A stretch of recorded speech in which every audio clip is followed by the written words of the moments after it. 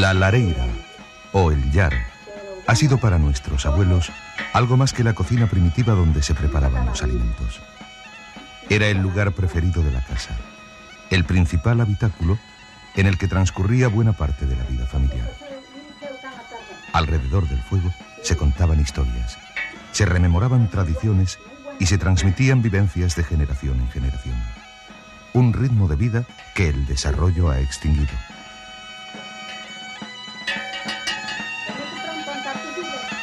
Como archivo viviente, aún se pueden componer escenas cargadas de nostalgia y pureza, con protagonistas que nos recuerdan otras épocas, las de los forjadores de la cultura popular a través del trabajo creativo y artesano.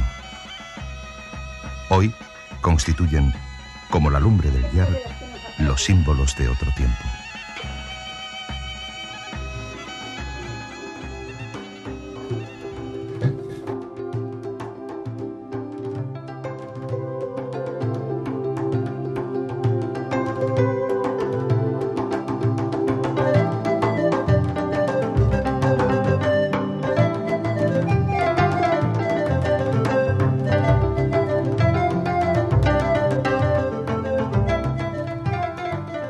El llamado País de los Cunqueiros, formado por los pueblos de El Corralín y Tablado, en el concejo de Degaña, y El Bao y Cisterna, en el de Ibias, aglutinaba a la mayor parte de los artesanos de la madera torneada.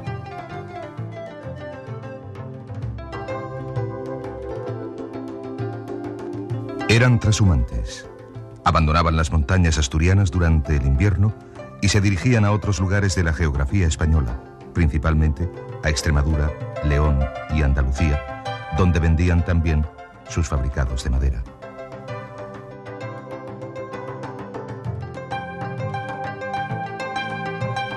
Estos utensilios domésticos, tan necesarios para las amas de casa de antaño, propiciaron uno de los oficios más populares del occidente asturiano, cuyo recuerdo permanece aún fresco en la memoria de muchos. Los cunqueiros manejaban una de las llamadas jergas de gremio, la conocida tixileira, con la que entre ellos mismos se entendían, utilizándola también en el intercambio comercial. Cuando estalló la guerra y vino la Guardia Civil, hacíamos el baile y nos reíamos con ellos porque les llamábamos los del bacito. Y entonces nosotros les hablábamos en tixileiro y ellos mayormente no entendían ninguna palabra. Comíamos las castañas en la cuenca de madera, con leche. Y también las hacían, las salían a venderlas a la Virgen del Camino, a León.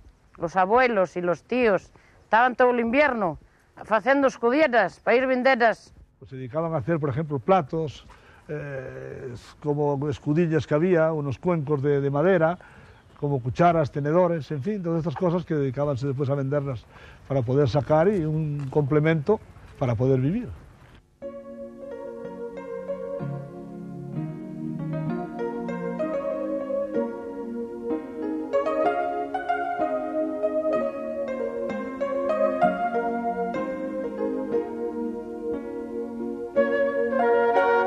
El abundante desarrollo de las especies arbóreas en Asturias ha facilitado desde siempre el aprovechamiento de los recursos forestales como uno de los elementos fundamentales en la vida rural. La madera ha estado siempre cercana y asequible al campesino, que la ha sabido trabajar con esmero e imaginación. Esto es un árbol de abedul. Se abre, se sacan dos partes. Es una madera, vale cualquier madera, pero es una madera muy suave. Se sacan dos partes que son estas.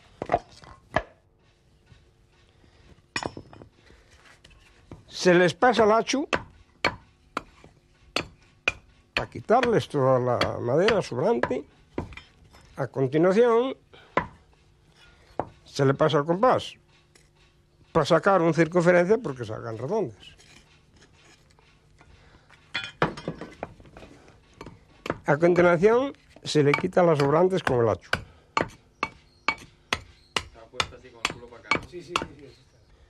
Terminada esta operación,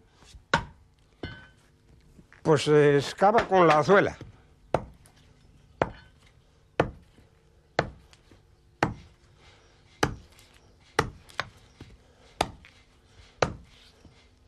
y ya está el asunto preparado y listo para meter al torno.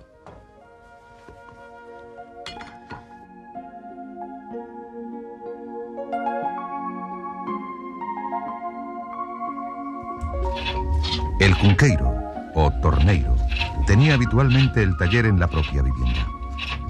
La forma del torno, extremadamente primitiva, evidencia una actividad totalmente artesanal que exigía una gran pericia y conocimiento del torneado. Hoy, José María Muiña, vecino del pueblo de Xestosa, es uno de los últimos valedores de este oficio, ya desaparecido.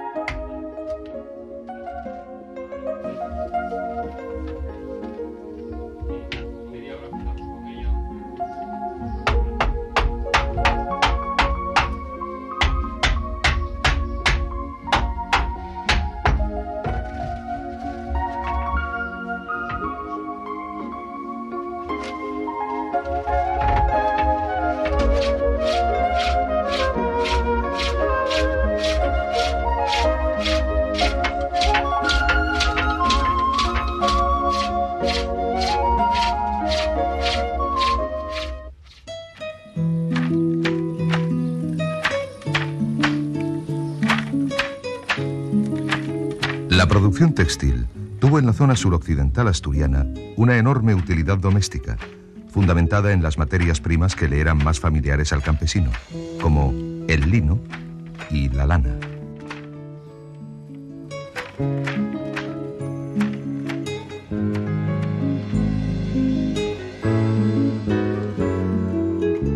La planta de lino se siembra en mayo y su ciclo de crecimiento se completa en el mes de agosto, época en la que se arranca para macerarla durante 9 días hasta que seca.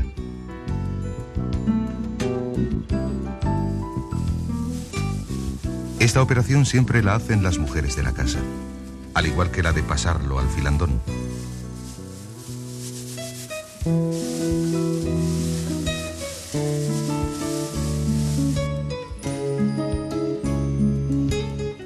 El largo y complicado proceso, en el que participaba toda la familia, acababa con el lino en el telar.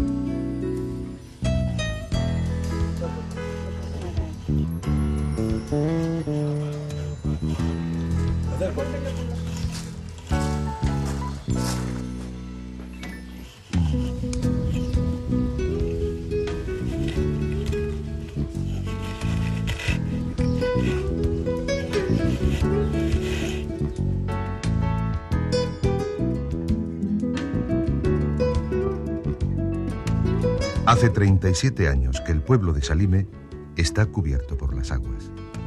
Las antiguas casas sumergidas bajo el pantano conocieron prácticas y usos artesanales, exponentes de la cultura popular de la zona. A una de las viviendas, ya desaparecida bajo el embalse, perteneció este telar de finales del siglo pasado, en el que hoy trabaja, en el Museo Etnográfico de Grandas de Salime, Remedios Robledo, dedicada desde los 18 años al tejido por este rústico procedimiento. El complejo artilugio, en otro tiempo muy difundido por toda la región, está formado por un armazón de 4 montantes de madera unidos entre sí por largueros horizontales y transversales en las partes superior e inferior. De él han salido y salen todavía excepcionales trabajos de una gran calidad.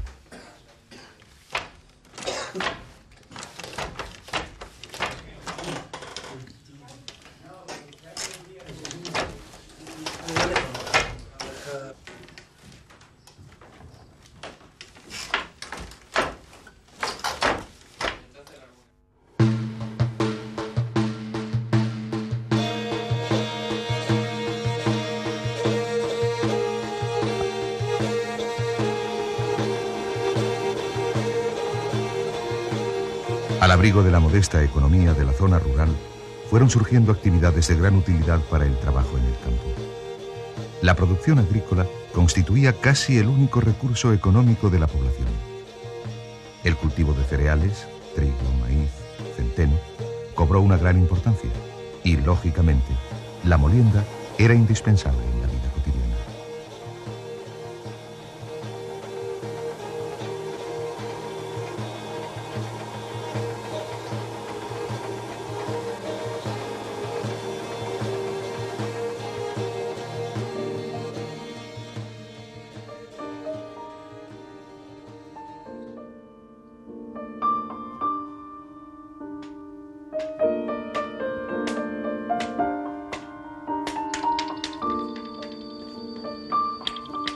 Nada se desperdiciaba en las caserías de antaño. La elaboración de sogas o cuerdas, a partir del aprovechamiento de pelos de animales como el caballo, el cerdo o la vaca, dio origen al oficio de cordeleiro o soguetero, del que solo queda el recuerdo en la memoria de este hombre, Manuel Cordero, hoy jubilado. Comenzó a los 7 años a elaborar las cuerdas por los pueblos y aldeas de los Oscos, con una técnica tan secular como sencilla y efectiva. El último cordeleiro, que hoy tiene 83 años, disfruta todavía haciendo alguna manufactura para sus vecinos por este arcaico método. La dureza y perfección de los nudos es equiparable a los derivados en la actualidad de los modernos procesos industriales.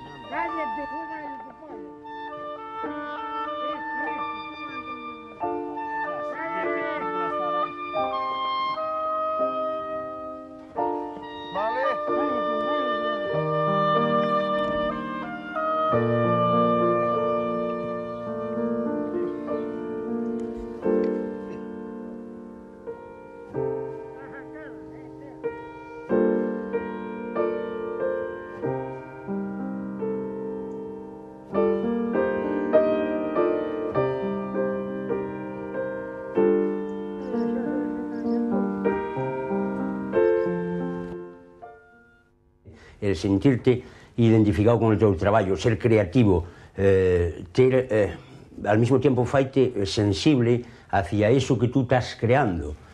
Comparábacho tamén con a cadena de montaje que, claro, pues lo único que pode faer é embrutecer, non por isto podes prescindir desa xente que está traballando nunha cadena de montajes.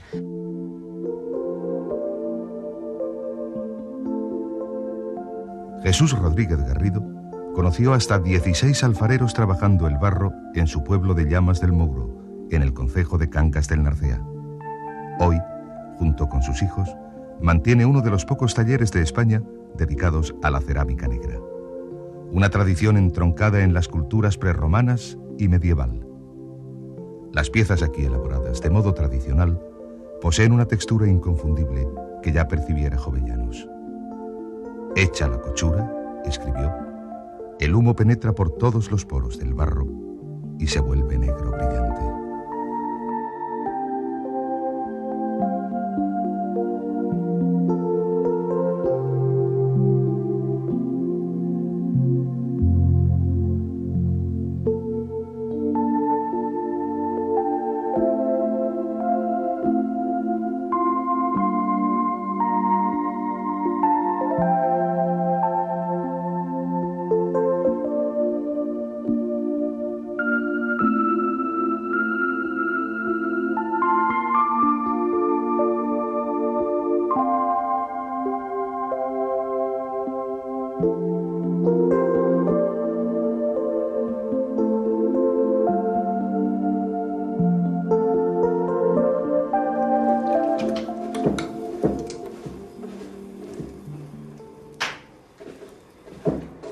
Bueno, empecé con mi padre a la edad de los 7 años y sigo, todavía tengo cumplido 77, sigo trabajando como siempre.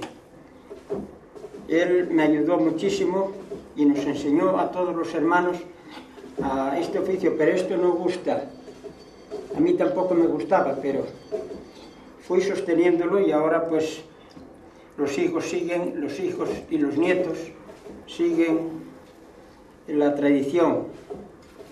Esto da muchísimo trabajo queriendo sacar algo en limpio, pero ahora estoy muy contento porque los hijos les gusta y los nietos van saliendo y también van aprendiendo poco a poco, porque esto se necesita mucho ejercicio. Yo les ayudo algo para el barro que se saca ya en el reguerón, y para traer el barro y para secarlo, para prepararlo, para amasarlo, y las leñas del monte que dan mucho trabajo. Y ahora pues estoy haciendo un cuenco.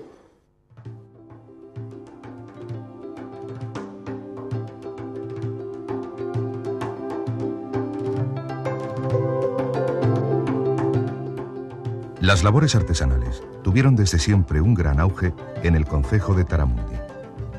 Hasta nuestros días han llegado las antiguas tradiciones relacionadas con el tratamiento del hierro que se obtenía en el subsuelo de la comarca.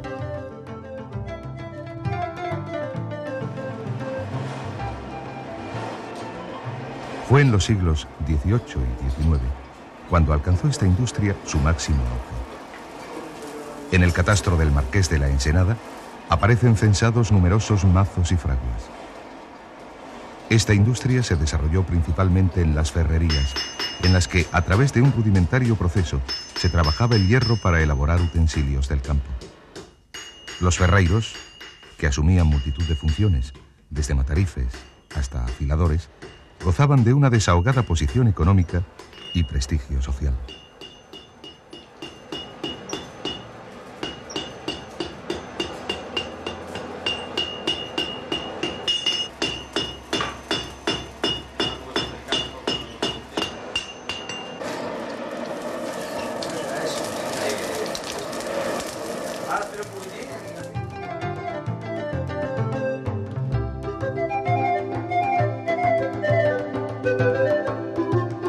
En la actualidad, unos 20 talleres trabajan los populares cuchillos y navajas de Taramundi, que han alcanzado fama por su diseño y calidad.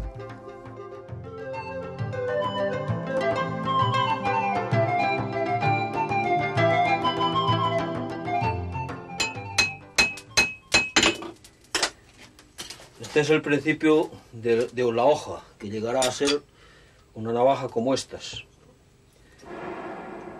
Es el principio, por donde se empieza. Yo aprendí a hacer las navajas con mi padre cuando tenía unos 16 a 17 años. Las navajas de Taramundi las conocen en toda España e incluso en parte del extranjero, porque aquí ya estuvieron gente de Alemania y de los Estados Unidos y compraron aquí navajas en este taller. Es un oficio que está muy cerca de desaparecer, porque antes había en cada casa a lo mejor 2 o 3 herreros y ahora no queda nadie. O sea, solamente ya los que quedamos tenemos ya bastante edad, de 50 años para arriba casi todos. Y la gente joven pues no se dedica a esto porque es un oficio que hay que trabajar muchas horas y para ganar poco dinero. Porque si trabajamos 8 horas en esto no se saca jornada ninguno.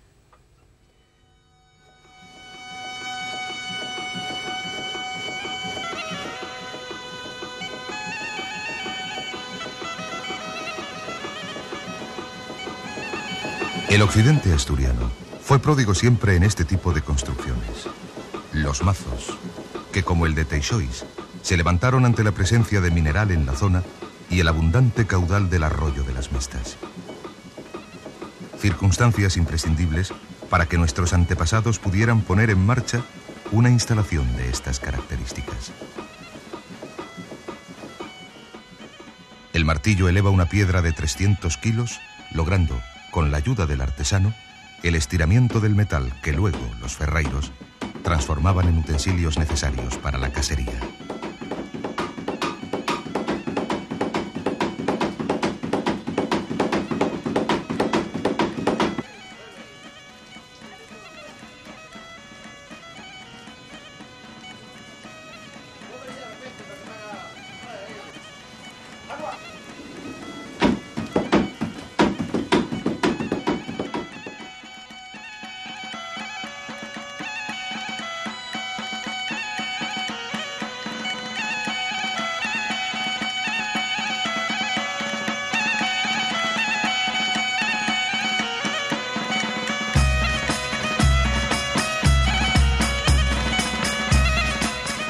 Aire, agua, tierra y fuego se fundían en la fragua. Los mismos elementos que a través de los siglos utilizaron los artesanos para su labor, tan necesaria como creativa. El progreso de la llamada era industrial hace tiempo que los ha condenado a la extinción. Pero por encima de todo, queda el legado cultural que ha llegado a nuestros días como crónica y archivo de la historia y tradiciones de un pueblo.